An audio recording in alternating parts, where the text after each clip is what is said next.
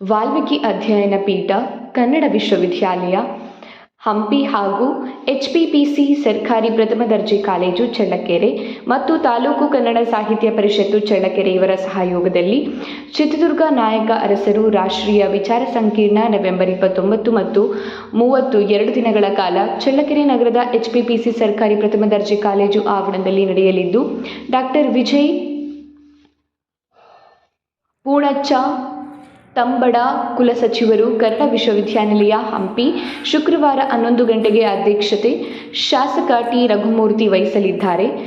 ಉದ್ಘಾಟನೆ doctor DV Paramashivamurthy, ಕುಲಪತಿಗಳು, Kannada ವಿಶ್ವವಿದ್ಯಾನಿಲಯ, ಹಂಪಿ.